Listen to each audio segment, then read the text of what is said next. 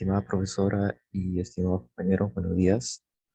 A continuación vamos a explicar lo que vendría a ser nuestro trabajo de investigación, que vendría a ser el límite de contracción, conformado por los integrantes del grupo 1A, Jorge Guzmán Fran Melque, mi persona, Girao Pérez Luis Álvaro, de la sección 652 y docente ingeniera Maggie Martinelli.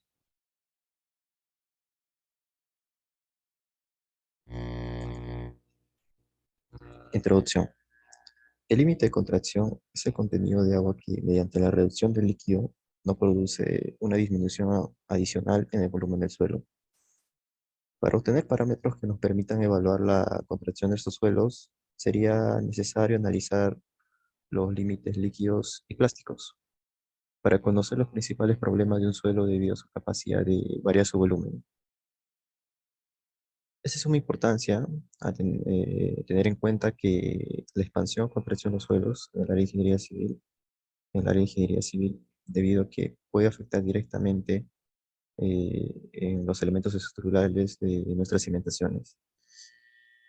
A continuación, en la siguiente investigación se podrá determinar el límite de contracción, cuyo propósito es el de evaluar el cambio de humedad en el suelo a partir del secado, hasta poder alcanzar un contenido de agua equivalente al límite de contracción. Como se puede apreciar en las siguientes imágenes, tenemos una ilustración en la que nos permite observar que existen grietas de contracción en el suelo debido al secado. Y en la parte derecha, en un ambiente controlado como en el laboratorio, podemos verificar esa variación de volumen en una muestra seca. Finalidad del ensayo. Para este ensayo hemos considerado 5 objetivos, los cuales vendría a ser que uno de los principales objetivos del ensayo es el de hallar el límite de contracción de una muestra previamente preparada en el laboratorio. El segundo objetivo vendría a ser conocer los datos del límite de contracción en relación a contracción, contracción lineal y contracción volumétrica. El tercer objetivo vendría a ser conocer métodos apropiados para determinar la variación de, de volumen del recipiente con el suelo y obtener su límite de contracción. El cuarto sería obtener la densidad o peso específico próximo de la muestra y por último, el quinto, analizar e interpretar los resultados obtenidos en el laboratorio de mecánica de suelos. Equipos o herramientas. Para los equipos, como pueden apreciar en las imágenes, hemos considerado las cápsulas de contracción, el plato de evaporación, un recipiente volumétrico de vidrio para medir la cantidad de volumen que ocupa el suelo. Aparte de ello, hemos considerado espátula, una placa de vidrio con tres puntas salientes, una probeta graduada de 25 milímetros, aparte de ello, una balanza con sensibilidad de 0,1 gramos, un tamiz número 40, el mercurio y grasa lubricante, así como también los equipos de un horno termostáticamente controlado a 110 grados Celsius, más o menos 5 grados de variación. Y no olvidar los equipos de seguridad como los guantes de asbesto o caucho. Procedimiento. Para el procedimiento nos basamos en normas referenciales que vendría a ser las normas internacionales ASTM de 427, el ASHTO de 92 a 97 y la norma nacional del MTC 112-2000. Como pueden observar en las imágenes, comenzamos antes de realizar la mezcla, el recipiente de contracción, lo que hacemos es tomar una parte del, del suelo que pasa a la malla número 40, a un aproximado de 30 gramos, y mezclarlo con agua hasta llegar al grado de saturación. Y el grado de saturación que tiene un contenido de humedad similar o superior al límite líquido.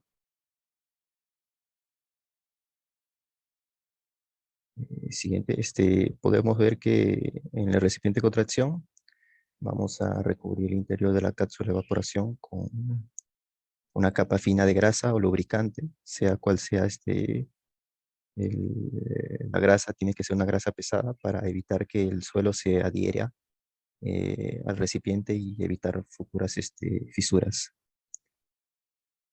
Procedemos a llenar la cápsula de evaporación con 3 capas, compactando obviamente cada capa, dando golpes suaves sobre una superficie firme para eliminar así las burbujas de aire que están contenidas en esta. Luego de completar la tercera capa, enrasamos con la espátula el recipiente, la muestra en el recipiente de construcción. Y si hay este material que haya quedado en los bordes, lo limpiamos para tener una mejor presentación. Y luego de ello, se toma el peso de la cápsula con el suelo húmedo para determinar su contenido de humedad para posteriormente ser llevado al horno. Aquí tenemos el horno, con una temperatura aproximada de 110 grados Celsius, más o menos 5. Lo que hacemos es colocar este recipiente de contracción con la muestra, dejándolo secar en una temperatura estándar. Luego del secado podemos retirar el recipiente con la masa del suelo y poder hallar así el peso seco. Y como podemos evidenciar, se ha evidenciado una variación del volumen respecto al que teníamos anteriormente, ya que el recipiente de contracción cuando estaba antes de ser secado tenía los bordes completamente llenos y ahora podemos ver que se han producido vacíos por la contracción del suelo y que ha podido variar su volumen. Luego se debe determinar el volumen de la muestra de suelo seca utilizando el método de desplazamiento con el mercurio.